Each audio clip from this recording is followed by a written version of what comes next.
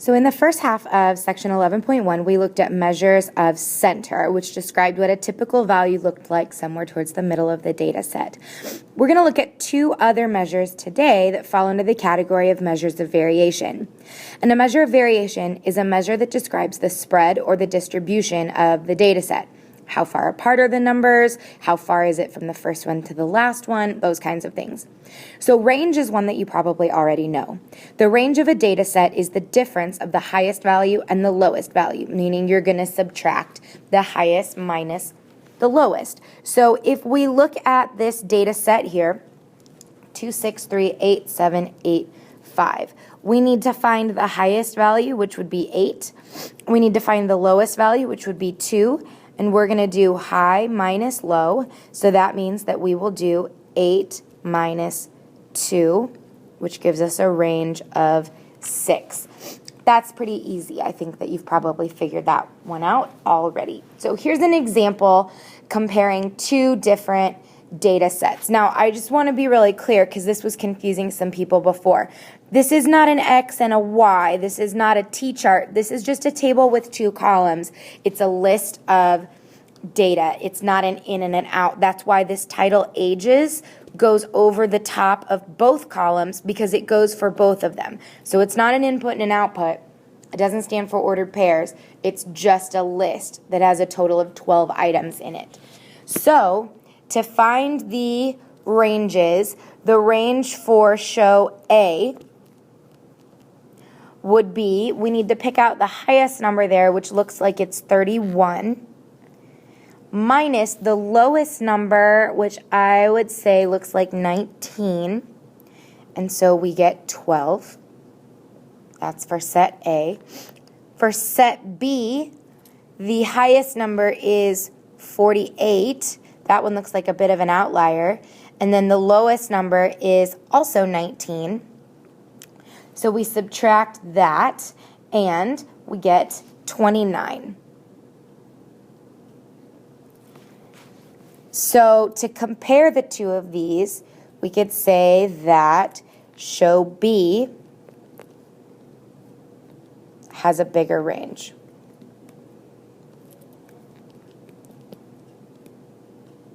So that is pretty easy.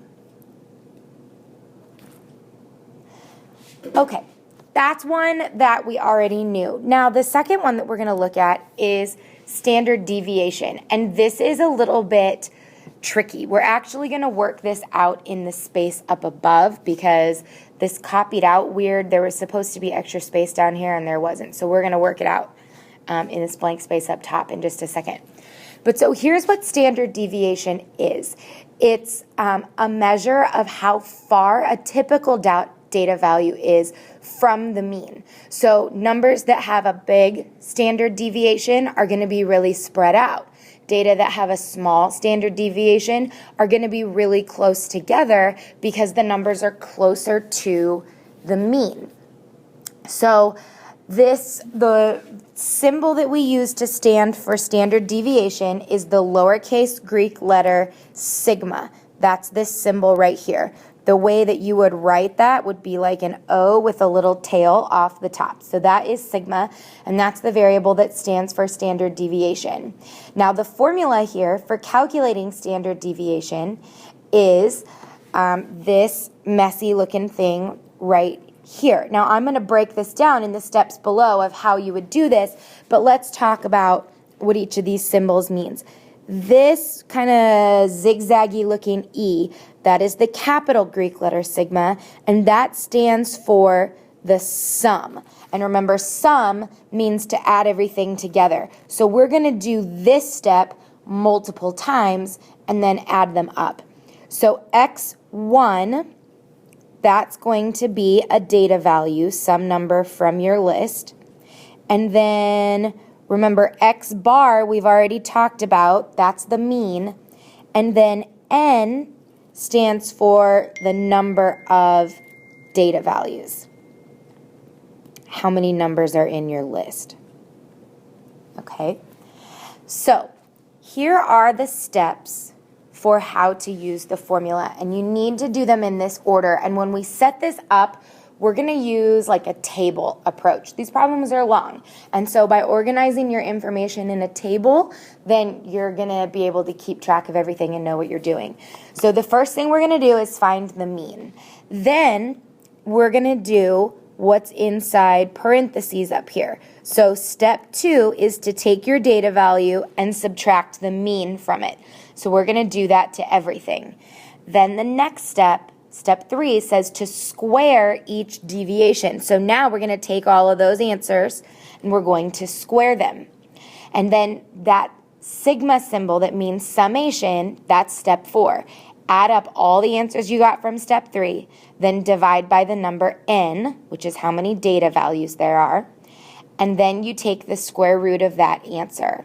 So let's go ahead and move back up to this space here where you're going to have some room to work this out because you're going to need quite a bit of space. So let's see if I can keep those steps where we can see them. Okay. So the data set that we are working with, we can't see it anymore, so I'm going to write it again up here. This is our example for standard deviation.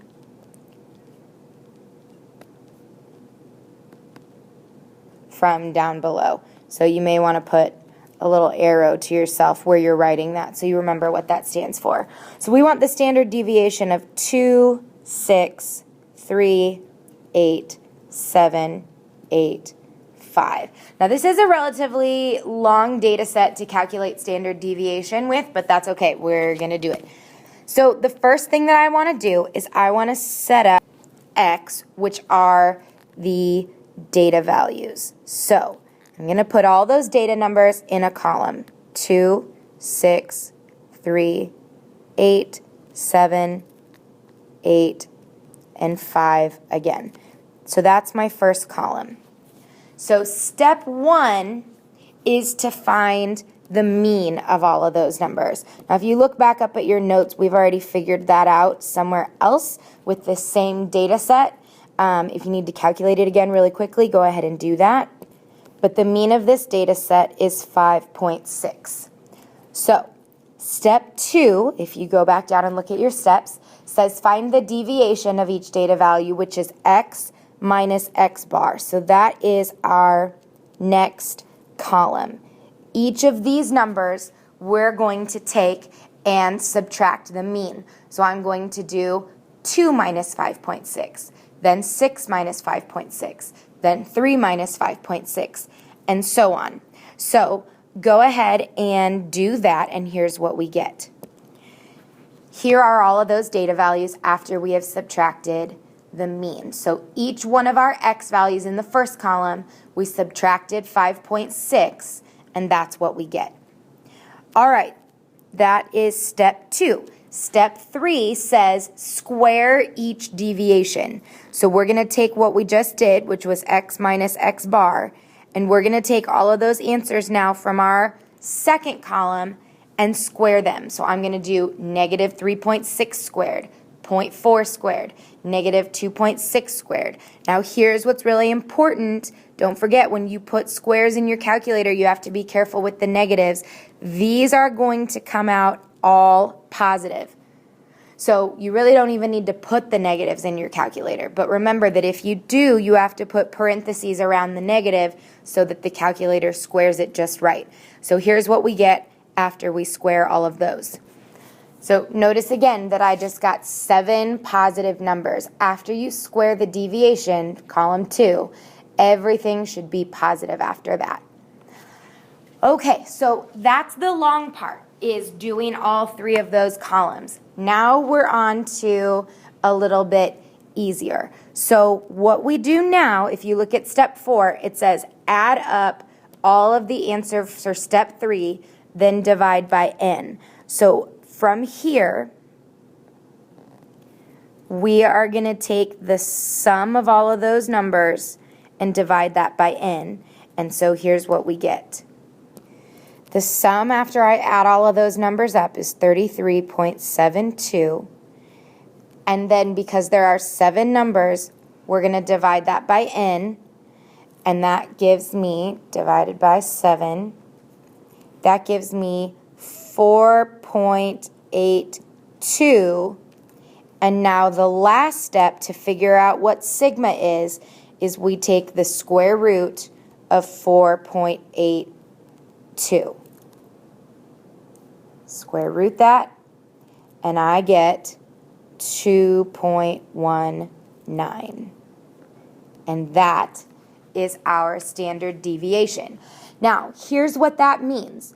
Again, standard deviation is the average distance from the mean. So that says that on average, most of the numbers are going to be within about 2 units of the mean. So if we look at our mean, which was 5.6, if I add 2 to that, that would mean 7.6. If I subtract 2 from that, that would mean 3.6.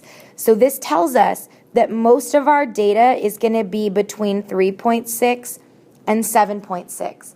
And if you look at our list, there's only the number 2 and the number 8 that fall outside of that range. So what the standard deviation does is it tells us kind of how close together our numbers are. A standard deviation of about 2, that means the data numbers are pretty close together. If my standard deviation was, say, 15, that would mean that the numbers in my list are more spread out. And so that's what standard deviation can tell us. It can tell us how squished together our data are or how far apart the data values are. And so that is standard deviation.